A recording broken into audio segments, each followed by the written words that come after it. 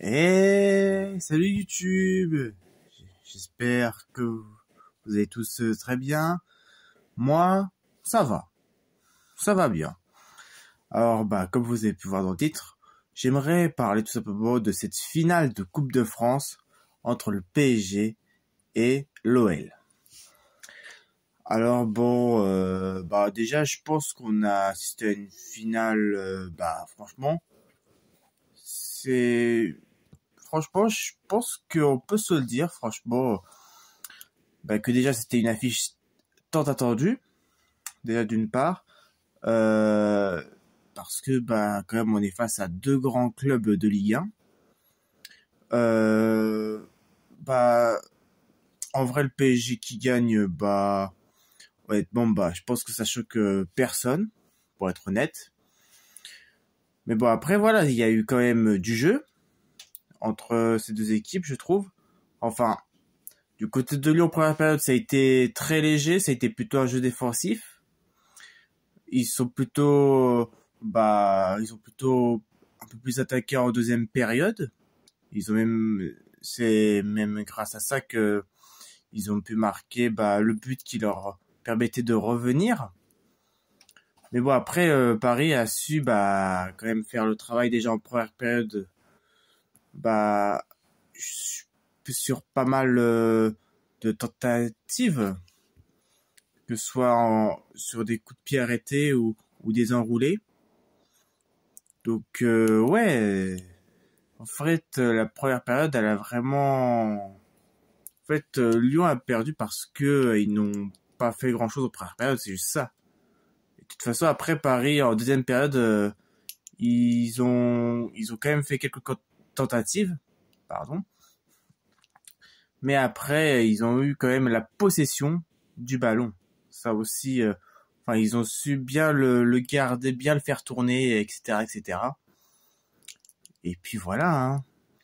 Après, Paris, c'est vrai que, comme je le dis, c'est pas surprenant qu'il gagne parce que, à chaque fois quand on parie en finale, que ce soit en Coupe de France ou Coupe de la Ligue, bon, la Coupe de la Ligue n'existe plus, mais bon, voilà, on va plutôt dire, voilà, Coupe de France, ça ne choque personne en vrai, qu'il gagne. Franchement, parce que, on a tellement eu l'habitude depuis ces dernières années de voir à chaque fois Paris gagner. Mais bon, voilà. Après, Lyon, en termes de, ça fait depuis quand même 2012 qu'ils n'ont pas gagné une finale que de Coupe de France. Bon, en fait, j'allais dire en général, mais oui, je peux dire en général.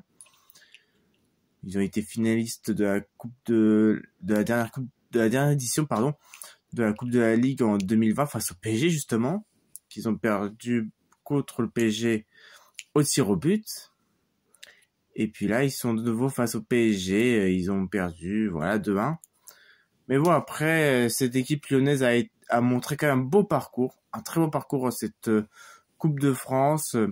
Et puis, ils ont été, ils nous ont surpris en championnat aussi. Ils étaient quoi? Ils étaient 16e, 17e vers le milieu de la saison. Et puis en cette à toute fin de la saison, ils ont fini 6e et ils ont réussi à se qualifier pour une Coupe d'Europe. Voilà, c'est quelque chose qu'on n'avait pas vu avec cette équipe depuis 2 ans, il me semble. Bref, 2-3 ans.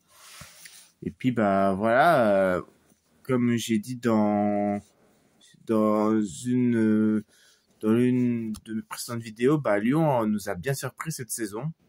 Et franchement, déjà rien que d'avoir atteint la finale de la Coupe de France, ça a été juste incroyable pour cette équipe, je trouve. Et bon, voilà, donc on peut quand même féliciter cette équipe lyonnaise. On peut féliciter également l'équipe parisienne qui voilà, comme je le dis, ne surprend pas spécialement grand monde puisque c'est presque comme chaque année, déjà c'est le championnat et après les compétitions, à part la Ligue des Champions que c'est un peu plus compliqué.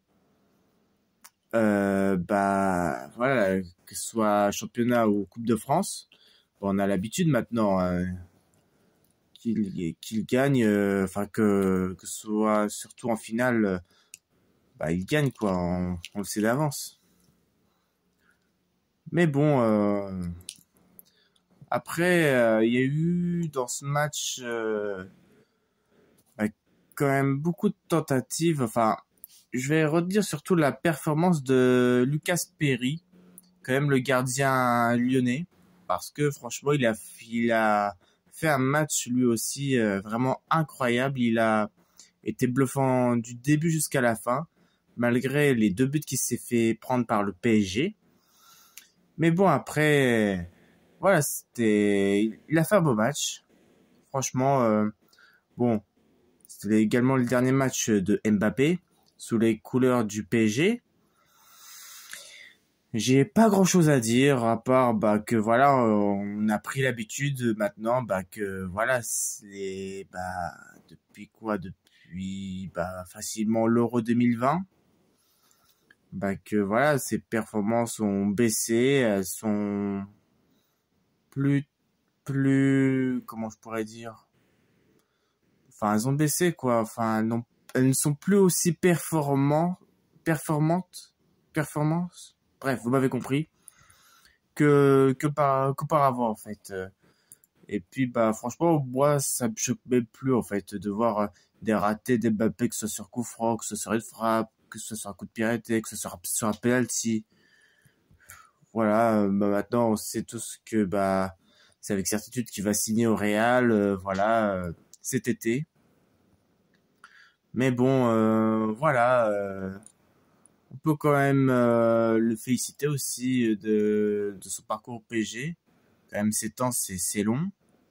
Mais il a quand même aussi, bah, même si on le critique souvent pour son jeu, il a quand même beaucoup apporté en termes de buts. Voilà, mais bon, voilà, je pense que c'est juste ça ce qu'on va retenir, je pense, d'Mbappé. C'est sa performance à la fois de vitesse et de but. Mais sinon, on va pas retenir spécialement autre chose. Mais bon, voilà.